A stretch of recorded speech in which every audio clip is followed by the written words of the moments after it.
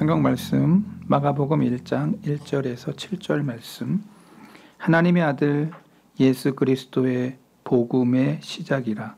선지자 이사야의 글에 보라. 내가 내 사자를 내 앞에 보내노니 그가 내 길을 준비하리라. 광야에서 외치는 자의 소리가 있어 이르되 너희는 주의 길을 준비하라. 그의 오실 길을 곧게 하라. 기록된 것과 같이 세례 요한이 광야에서 이르되 죄 사함을 받게 하는 회개의 세례를 전파하니 온 유대 지방과 예루살렘 사람이 다 나아가 자기 죄를 자복하고 요단강가에서 그에게 세례를 받더라. 요한은 낙타토롯을 입고 허리에 가죽띠를 띠고 메뚜기와 석청을 먹더라. 우리 7절 같이 읽겠습니다. 그가 전파하여 이르되 나보다 능력 많으신 이가 내 뒤에 오시나니 나는 굽혀 그의 신발끈을 풀기도 감당하지 못하겠노라. 아멘.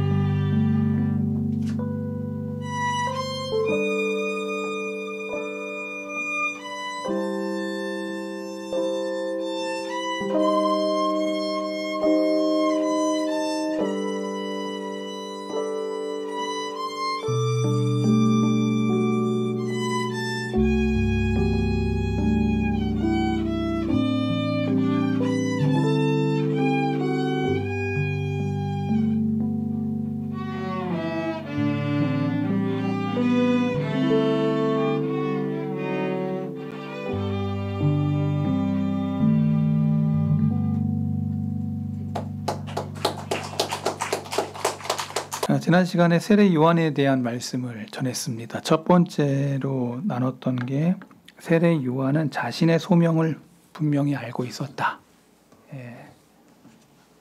세례 요한은 자신의 소명을 분명히 알고 있었던 사람이었다.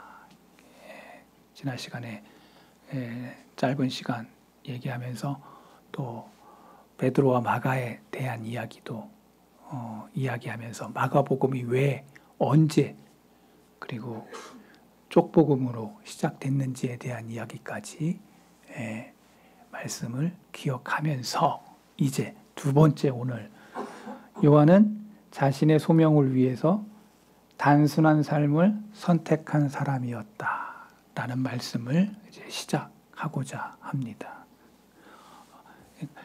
지난 시간에 이어서 뭐가 이어지는 거죠? 그때 제가 영어 아닌 영어 썼는데 to be continue라고 계속 될 거라고 얘기를 했는데 이해하셨죠? 오늘 자신의 소명을 위해서 세례 요한은 단순한 삶을 선택했다는 것입니다.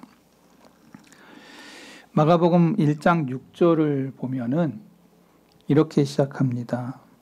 요한은 낙타 털 옷을 입고 허리에 가죽띠를 띠고 메뚜기와 석청을 먹더라. 이렇게 시작을 합니다. 세례 요한이 등장하면서 그의 모습을 그려주고 있습니다. 마가복음은. 낙타 털옷을 입었다라고 무슨 말인가? 약대의 털옷을 입었다. 마치 밍크 코트를 연상하실 수도 있습니다. 그러니까 세례 요한이 럭셔리하게 입었구나. 이렇게 생각을 할 것 같은데 절대 오산입니다. 약대 털옷은 팔레스타인 땅에 살고 있던 당시에 가난했던 서민들이 선택할 수 있었던 유일한 옷이었습니다. 그리고 좀 괜찮게 산다라고 하면 이 장식한 그 허리띠를 두르고 있었는데 요한이 둘렀던 가죽띠는 장식이 없는 가장 보편적이고 단순한 허리띠였다라는 것입니다. 또한 먹는 것을 얘기했는데요. 의식주를 얘기하고 있는 거죠. 메뚜기는 당시 팔레스타인의 가장 가난한 사람들이 애용했던 음식이었습니다. 단순하고 간편하게 삶을 살려고 먹거리도 그런 것을 가졌다는 것이죠. 날개를 떼고 다리를 뗀 다음에 그 몸통을 삶거나 구워서 먹는 게 팔레스타인 사람들, 가장 가난했던 사람들이 먹는 음식이었습니다. 그리고 이 석청이 후식이었던 건데 석청은 자연꿀, 야생꿀이라는 거죠. 디저트로 맨 마지막에 입가심할 때 먹었던 것이 이 석청이었다는 것입니다. 지금 생각해 보면 저와 여러분들이 아는 것처럼 우리가 옛날에는 되게 가난해가지고 보리쌀, 그 다음에 혼밥 먹고 막 이랬잖아요. 그런데 그게 진짜 우리 몸에는 진짜 좋았던 거죠. 지금은 쌀밥만 먹어가지고 다 어떻게 됐어요? 다 당뇨 환자들이 있잖아요. 당뇨 환자들. 너무 부해가지고 걸린 병이 당뇨예요. 우리 교회는 그 당뇨 환자가 없으시죠? 다 있죠. 저도 한 5년 전에 다 빨간불이 다 들어와가지고 약 드시겠느냐고 의사 선생님이 얘기해서 제가 정신이 바짝 나가지고 그때부터 얼마나 열심히 운동했습니까? 그래가지고 저는 약 안 먹습니다. 당뇨약도 안 먹고 정말 이게 제가 키로수가 73kg가 딱 넘어가려고 그러면 그날로 저는 금식을 합니다. 곡기를 끊어. 목사님이 곡기를 끊는다니까 별로 좋아하지 않으시는 것 같은데 그것도 아주 좋은 반응이에요. 제가 그것을 높이지 않으려고 하는 것입니다. 왜냐하면 몸이 나빠지는 증상이기 때문에 그렇습니다. 며칠 한 이틀이고 하루고 금식을 하면은 다시 돌아와. 이렇게 싹 돌아오는 것을 제가 느낍니다. 여러분들 간헐적 금식은 여러분의 몸에도 좋은 것입니다. 컨디션이 별로고 이거 다시 리프레시 해야 되겠다. 다시 해야 되겠다. 리스토레이션 해야 되겠다. 다시 내가 좀 삶을 바꿔야 되겠다. 이런 마음이 있으면 금식하는 거 여러분들에게 추천해 드립니다. 그러면 이 배고픔을 느낄 때 이게 달라져요. 그러니까 여러분들 삶을 다시 한번 회복하고자 하는 사람은 금식하는 거 아주 좋다고 저는 여러분들에게 추천해 드립니다. 내일부터 금식할 사람들 많겠네. 지금 보니까. 그런데 지금 이 세례 요한은 되게 가난한 삶을 살았습니다. 이 요한의 모습에서 우리는 어떤 이미지를 느끼는가? 왜 그렇게 살았을까? 한마디로 말하면 그가 취할 수 있었던 가장 단순한 삶의 모습, 이 simple life style, simple life style. 이게 영어적 표현이지만 간단한 삶. 왜? 소명을 위해서 나의 삶을 아주 단촐하게 정리했다는 얘기예요. 저는 우리 집사람하고 결혼했을 때 저는 양가 부모님들로부터 무언가 받지 않고 저와 우리 집사람 둘이 그냥 시작했습니다. 돈을 받는 건 저는 부끄럽다고 생각했기 때문에 아버지 엄마에게 한 푼도 안 받았다면 욕할 것 같고 조금 받았습니다. 조금. 안 받은다고 내가 분명히 얘기했는데도 불구하고 주시더라고요. 그거 어떻게 막아? 주신다는 거 반가워하지 않을 사람은 없겠지만 내가 끝까지 안 받으려고 했는데 그럼에도 불구하고 주셔서 받은 게 몇 거 있고 다 우리 집사람하고 저하고 숟가락부터 해가지고 하나부터 10까지 그랬더니요. 제가 가락동에서 여기 이사 올 때 내가 놀랬어. 이렇게 짐이 많을 줄이야. 내가 놀랬고 우리 집사람도 놀랬고 아무것도 없이 시작했는데 짐이 우리 집사람이 늘 18번으로 하는 얘기가 여보 줄여야 돼. 당신하고 나하고 이제 조금 있으면 가는데 줄여야 돼. 우리 집사람의 그 레파토리는 늘 이거 줄여야 된다 저거 줄여야 된다 하는 그게 제 귀에 딱지가 생길 정도로 저는 계속 줄이고 있습니다. 책도 막 엄청 지금 제가 아는 후배들에게 막 나눠주고 그렇게 하고 있습니다. 줄여야 돼. 근데 세례 요한은 심플 라이프를 자기의 소명 때문에 자기가 어떤 일을 하다가 주님 앞에 서야 될 것인지 알았기에 삶을 심플 라이프로 변화시킨 사람인 것입니다. 그래서 옷 자체도 그렇게 입고 다녔던 거예요. 지금 당장 내가 천국에 입성할 그러한 모든 만반의 준비를 다 하고 그 모든 것들은 다 의미가 없다. 초대교회 때부터 중세 이르기까지 우리가 존경했던 하나님의 사람들이 다 이 심플 라이프의 삶을 살았습니다. 요즘 우리도 이 말이 상당히 많이 와닿는 시대예요. 그래서 많은 사람들이 TV에서도 많은 거 갖는 것보다 단촐하게 내가 의식주를 삶을 살아가는 그러한 사람들이 점점 늘어나가고 있는 시대에 저와 여러분들이 그런 심플 라이프라는 개념을 다 알고 있는 사람들이에요. 그런데 세례 요한은 왜 이러한 삶을 살았냐? 복음 증거라는 더 중요한 목적을 위해 그는 가장 단촐한 삶을 만족하면서 살았던 사람이라는 거예요. 자, 세례 요한이 살았던 곳이 어디입니까? 자, 집 주소 나옵니다. 집 주소. 모습은 이랬는데 집 주소가 어디예요? 광야였어요. 저도 광야 가서 하룻밤 잔 적이 있습니다.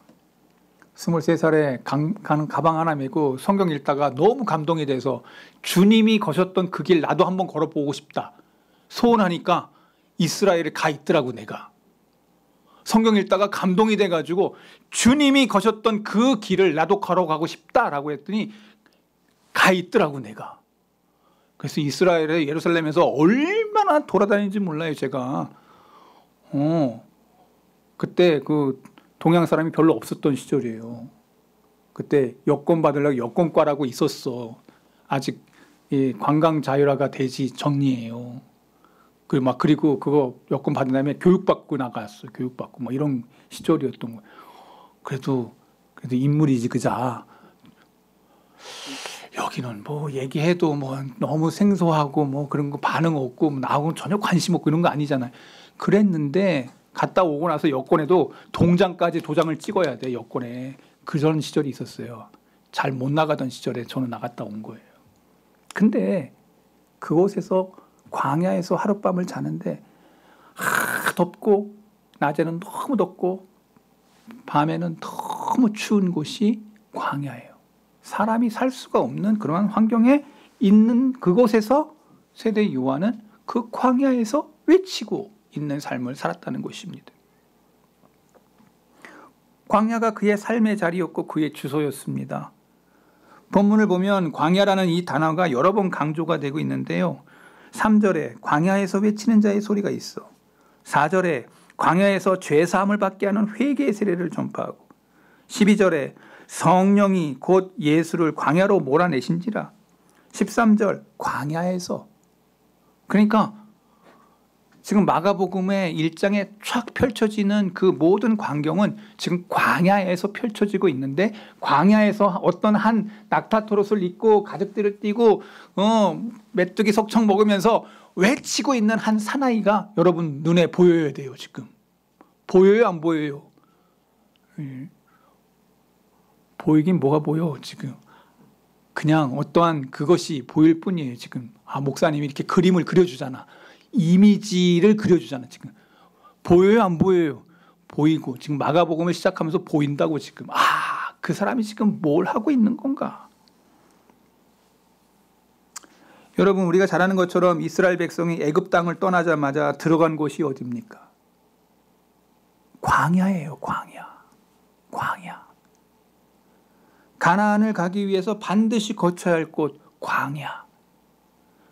광야야말로 오늘 이 땅에 살고 있는 그리스도인들이 있어야 될 삶의 자리예요.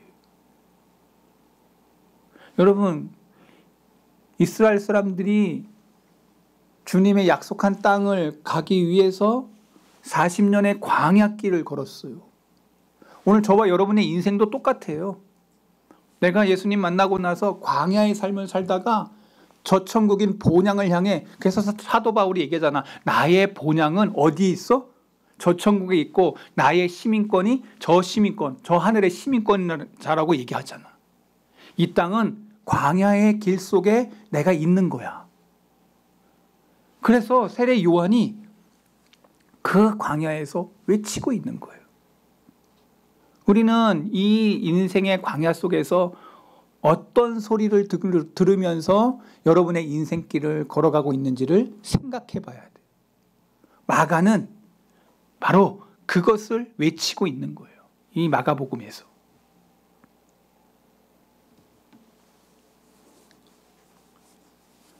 예수님을 믿는 순간 우리는 광야로 나온 것입니다. 우리는 광야를 지나가고 있는 나그네, 여행객입니다. 나그네에게 적합한 삶의 형태는 뭐냐? 나그네가 만약 순례길을 가는 도중에 큰 집을 짓고 거기에 집착하고 거기에 마음 쓰다가는 성경은 롯의 아내를 보여주고 있습니다. 이 땅에 집착하고 이 땅에 마음을 쏟았을 때 그의 마지막 말로가 뭐였어요? 소금 기둥이었다. 이 땅에 거 자꾸 집착하고 이 땅에 거 싸우려고 하고 이 땅에 거 자꾸 그렇게 했다. 하나님 앞에서 어느 쪽으로 가는지를 성경은 얘기해 주고 있어요. 우리는 언젠간 떠나야 될 사람들인 거예요. 언젠간 가야 될 사람. 지난 며칠 전에 눈 되게 내리던 날이 있었잖아요. 그날 제 친구 와이프가 갑자기 하나님이 부르셨어요. 그의 나이 60. 그래서 이 사모님이 되게 건강하셨던 분인데 갑자기 돌아가셨다고 해서 제가 그분하고 기숙사 옆에 같이 이렇게, 그리고 제가 좀 잘 아는 분인데 돌아가셨다길래 안 갈 수가 없어가지고 차를 끌고 갔는데 마침 눈이 그냥 어마무시하게 와가지고 제가 그날 12시에 들어왔어요.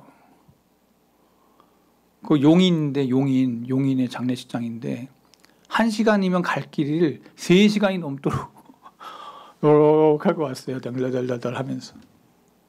가는데 2시간 반, 오는데 3시간 반. 근데 제가 가길 잘했다 그랬어요. 아는 목사님 손을 받고는 얼마나 상심이 크겠느냐고.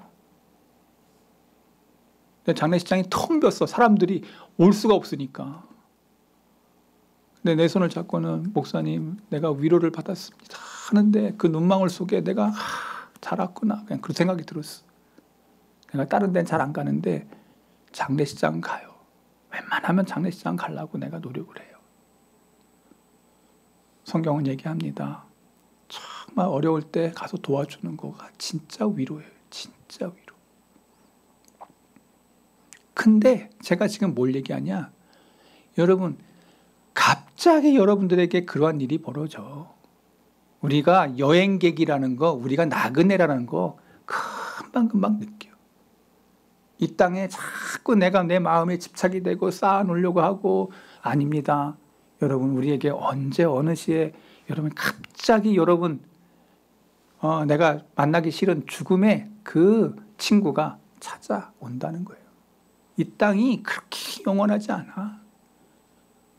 그래서 성경은 우리에게 그것을 깨어있는 자라고 얘기하고 있으며 나그네의 의식을 늘 가지고 있어야 돼요. 늘 우리의 가까이에 있어. 늘 우리의 가까이에 있어. 옆에 사람 오늘 보고 내일 다시 못 볼 수 있는 사람들이 이 옆에 사람들이요. 그러니까 이 사람이 귀해요? 안 귀해? 이 만남이 처음이자 마지막의 만남일 수 있어. 오늘 근데 왜 이렇게 말이 안 되냐 또.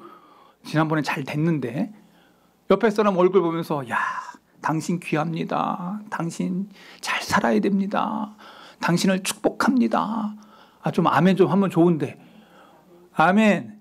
저와 여러분들이 늘 그렇게 이 양반 다시 못 만나는 사람처럼 만나면 여러분들이 그 모습이 귀하고 아름답고 복된 줄로 믿습니다. 우리 순간을 살아가고 있는 거예요. 다시 오지 않아. 그래서 세례 요한은 예수님을 믿는 순간부터 광야로 나왔기에 그 광야의 삶을 가장 심플 라이프로 아주 간단하게 오직 주님을 위하여 자기의 그 모든 것들을 다 간단하게 오직 그 목적을 위해서 달린 사람. 우리는 지금 다 광야를 지나고 있는 사람들입니다. 나그네에게 적합한 삶의 형태는 뭐냐? 나그네가 만약 순례길을 가는 도중에 큰 집을 짓고 거기에 집착한다면 안 된다. 어떻게 목적지를 향해 갈 수 있냐? 화려한 옷을 집착하고 화려한 집을 집착하고 좋은 차를 집착하고 그런 게 아니라는 거예요. 지금 우리 정신 바짝 차려야 돼요. 나그네가 자신이 입고 있는 그 화려한 옷을 집착한다면 어떻게 앞으로 나아갈 수 있겠습니까? 나그네다운 삶의 형태를 가져야 됩니다. 위대한 하나님의 사람들을 보세요. 믿음의 장 히브리서 11장을 보세요. 그 히브리서 기자가 얘기하는 모습을 보세요. 믿음의 조상 아브라함과 이삭이 야곱의 생애를 보세요. 그들은 장막에 겨웠다고 그러면서 즐거워했다고 얘기하고 있습니다. 아브라함이 엄청난 부자였다고 성경은 말하고 있어요. 그런데 늘 텐트 치고 살았어. 나그네의 인생을 살았어요. 많은 재물과 가축을 거느렸지만 정작 그의 삶은 장막이었어요. 왜? 그는 나그네 의식을 가지고 살았다는 거예요. 나그네 의식. 이 땅이 영원하지 않아. 늘 깨어 있는 거야. 아브라함이 장막으로 만족한 이유는 하나님이 지으실 영원한 터, 하나님이 경영하실 그 성을 바라봤어요. 그래서 히브리서 11장은 말합니다. 우리는 이 땅의 외국인이요, 우리는 이 땅의 나그네요. 우리가 나라라고 생각할 때 그곳은 바로 천국을 말하는 것입니다. 우리는 지금 그 천국의 시민권자인데 우리는 잠시 이 땅의 외국인으로, 나그네로 서 있다는 것입니다. 나그네면 그 나그네답게 살아야 되는 거예요. 여행할 때 제일 귀찮은 게 뭐예요? 우리 미국에 가신 분들 제일 귀찮은 게 뭐예요? 짐이에요, 짐. 이것도 누구도 챙겨야 되고 저것도 챙겨야 되니까 점점 짐이 불어. 올 때는 어마무시한 짐을. 저도 이스라엘 갈 때 짐 하나 했는데 와, 그 짐 때문에 저 미치는 줄 알았어요. 철로 역정을 제가 몸으로 체득을 했어. 여러분 여행해 보시면 알겠지만 이 짐이 너무 골치가 아플 때가 많아요. 이거 어디다 맡길 때도 없고 뭐 할 때도 없고 아주 그것 때문에 아주 그냥 막 이렇게 여행다운 여행을 해봤다고 하는 사람은 이 개념이 있는 사람들인 거예요. 짐. 존 버년도 철로 역정에서 그것을 그려주고 있어요. 이 땅에 거 자꾸 쌓아놓고 내가 가지고 있지 못한 더 많은 걸 추구하려고 자꾸 쌓아놓다가 정작 가야 될 믿음의 길, 정작 가야 될 신앙의 길, 정작 하나님이 놓아준 그 좋은 그 가나안을 향해, 축복의 땅을 향해 가나안 향을 가려고 할 때 그게 다 나에게 짐이 되네. 그래서 세례 요한은 그러한 삶을 살지 않았어요. 나그네답게 단순한 삶을 살려고, 원대한 소명을 위해서, 인생의 진정한 목적을 위해서 단순한 삶으로 만족했던 그러한 자가 세례 요한이었고 아브라함이었고 믿음의 사람들이었다는 거예요. 우리가 요한을 상징적으로 그리스도인이라고 말하는 이 세 번째 이유가 있는데, 그것은 그가 그리스도를 높이기 위해서 자신을 철저히 낮추는 삶을 선택한다는 거예요. 소명을 위해서 자신의 철저하게 예수님을 향해 자기를 낮춰. 어디 나옵니까? 마태복음 1장 7절, 마가복음 1장 7절. 그가 전파하여 이르되 나보다 능력 많으신 이가 내 뒤에 오시나니 나는 굽혀 그의 신발끈을 풀기도 감당하지 못하겠노라. 여러분 여기에서 아주 놀라운 말씀이 나와요. 내 뒤에 진짜 주인공 온다. 나는 주인공 아니야. 엑스트라. 주연이 아니야. 조연인 거야. 어떻게 보면 조연. 엑스트라 너무 했고 조연인 거야. 조연. 제가 너무 고상한 말을 지금 썼어요. 주연, 조연이고 잘 이해하시죠? 그래서 나는 그 주인의 신발끈을 풀기도 감당할 수 없다. 그러한 종이 있었어요. 종 중에서도 제일 직급이 높은 종이 주인의 신발끈을 맺고 풀어. 종이라고 해서 다 그 신발끈을 풀고 저거 하는 게 아니야. 왜냐하면 그때는 그 어떤 사심이 있어가지고 이렇게 해가지고 칼 가지고 이렇게 찌르고 이렇게 하기 때문에, 예? 그래서 제일 신복 중에 신복이 신발끈을 이렇게 해주고 하는 거예요. 종도 종 나름인 거야. 그런데 지금 그거를 풀기에도 감당할 수 없을 만큼 종이다 내가. 지금 세례 요한이 지금 그렇게 얘기하고 있는 거예요. 그는 주인이고 나는 종이다. 그래서 성경에 뭐라고 써 있냐면 사도 바울도 나는 누구의 종이라고? 성경 여러분 다 읽지만 누구의 종? 주님의 종, 그리스도의 종이다. 난 예수의 종이다. 그러면서 모든 성경의 목회서신서 속에서 바울은 자기를 종으로 표현해요. 나는 주님의 종이다. 세례 요한도 똑같이 그 의식을 가졌어요. 나는 종이야. 요한복음에 더 감동적인 고백이 나와요. 요한복음 3장 30절 그는 흥해야 되겠고 나는 쇠하여야 하리라. 나는 자꾸 낮아져야 되고 그 양반은 자꾸 높아져야 된다. 역사의 무대에 등장하신 예수님을 보면서 그가 남긴 고백이에요. 인기 없는 사람이 입에서 이런 말이 나온 게 아니에요. 그 당대에 최고의 영향력을 가졌던 세례 요한이었어요. 그거 어디 나와요? 5절에 나와. 5절에. 마가복음 1장 5절. 온 유대 지방과 예루살렘 사람들이 다 나와 자기의 죄를 자복하고 요단강가에서 그에게 세례를 받더라. 여러분, 이게 구름대같이 몰려와. 그러한 사람의 입에서 누구를 등장시켜? 예수님을 등장시켜. 얼마나 많은 사람이 그에게 세례를 받았을까? 학자들에 따르면 어떤 성경학자는 요한의 세례를 받으려고 약 30여만 명이 왔다. 30여만 명이 왔다.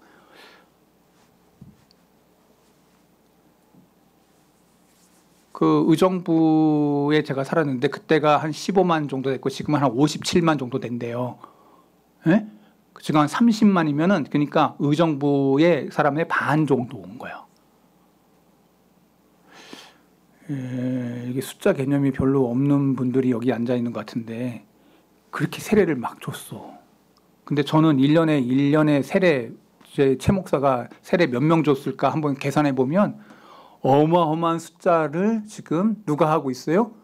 세례 요한의 세례를 받으려고 어마어마한 30여만 명이 모여가지고 구름대같이 와서 세례 받으려고 그의 손에 그거 머리 이렇게 하려고.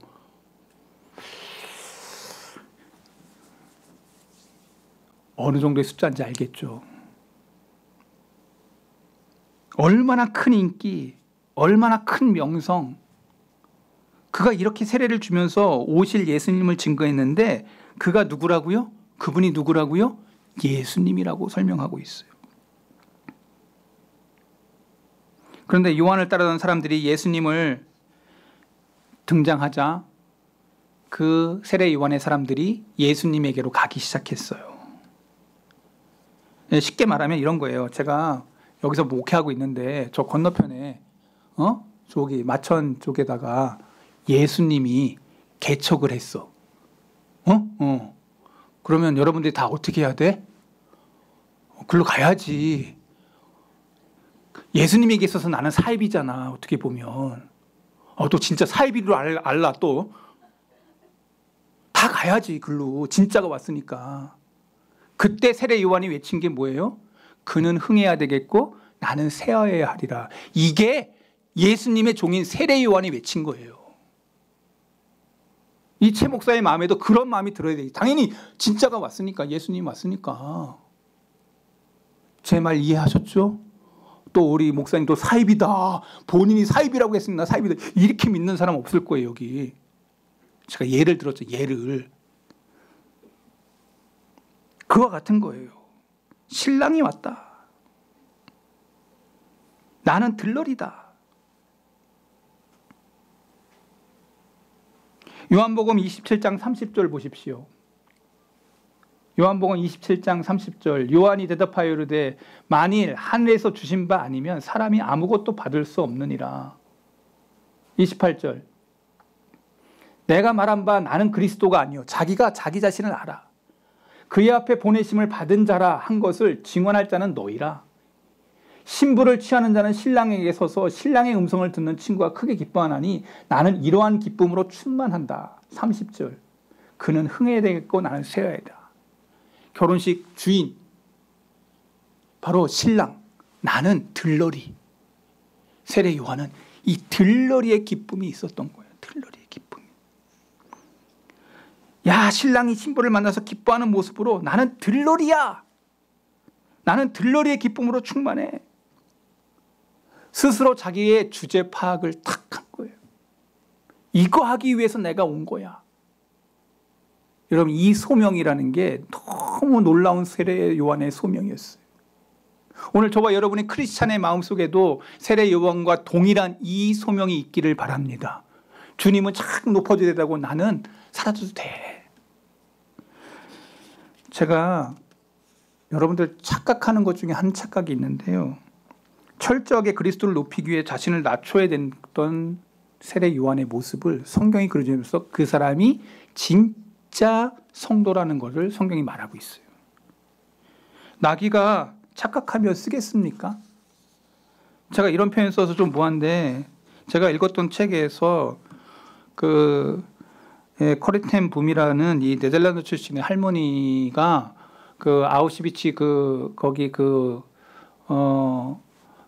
독일 사람들 히틀러에 의해서 거의 죽게 됐는데, 이 양반이 기도하는 사람이었기 때문에 극적으로 막 살아나가지고 그래서 간증하러 다녔던 사람이 있어요.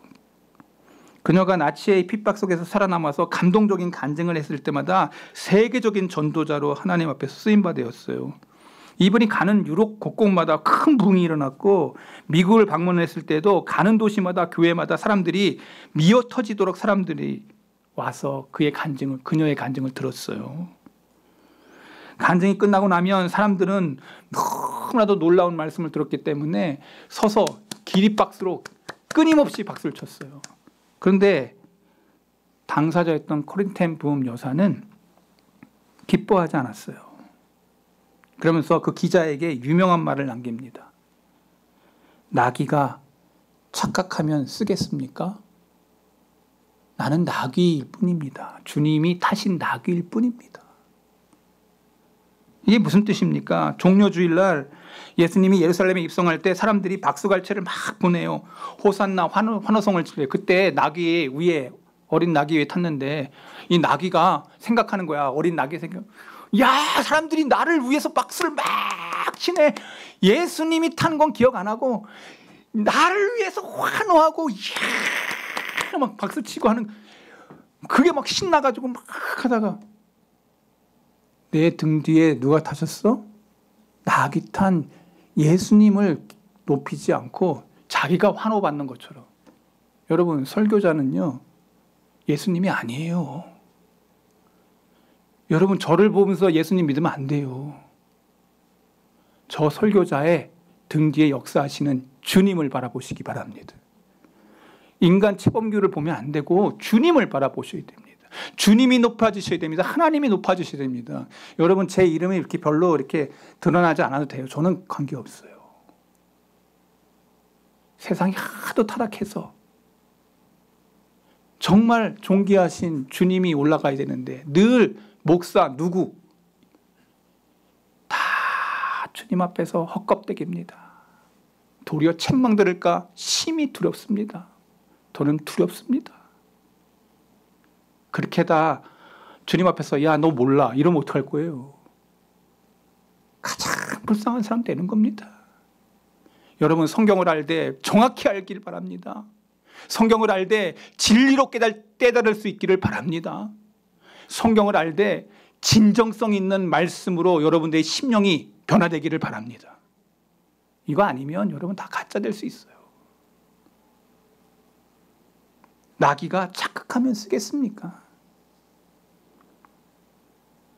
자기가 어떤 우쭐한 그런 자리에 하나님이 세우신 게 아니에요. 주님의 말씀이 증거되도록, 복음이 증거되도록, 소명이 소명되게 자기의 삶을 심플하게 삶을 정리했던 세례 요한의 모습처럼 오늘 저와 여러분들에게도 주님 나에게 부르신 소명에 있어서 그 소명 부끄럽지 않게 주님 앞에 설 수 있도록, 내 삶에 뭐가 정말 중요한지, 내가 어떤 옷을 입고 주님 앞에 서야 되는지, 내가 어떤 삶을 살다가 주님 앞에 서야 되는지, 여러분이 소명 앞에, 하나님이 부르신 그 소명 앞에, 복음 앞에서 저와 여러분들이 멋진 인생 살다가 주님 앞에 서는 귀한 종들 되기를 바랍니다. 하나님 아버지 말씀 전했습니다. 마가복음의 마가는 세례 요한을 바라보면서 세례 요한이 어떤 삶을 살았고 어떻게 주님을 높이고 어떻게 소명을 위해서 자기의 삶을 심플 라이프, 간촐한 삶을 살면서 소명에 집중했는지를 마가 요한은 마가복음을 통해서 기록해 놓았습니다. 내 삶을 뒤돌아봅니다. 나의 삶을 하나님 앞에서 내가 어떤 삶을 사는지, 어린 나귀와 같이 착각하면서 내 이름 높이고 내 어떤 명성을 드러내고 내 어떤 그것을 위해서 하나님이 부르신 소명에는 관심이 없고 내 마음대로 내 뜻대로 인생 살다가 망하는 그러한 길로 가는 자들 없도록 다시 한번 성경을 성경대로 진실되게 마음속에 비추면서 자라나 우러나 치우치 없이 성경이 가라하는 곳에 가고 성경이 말씀하는 곳에 서서 진리로 나아가는 우리 귀한 종들이 우리 성덕의 모든 종들 되게 해 주시옵소서. 예수 그리스도의 이름으로 기도하옵나이다. 아멘.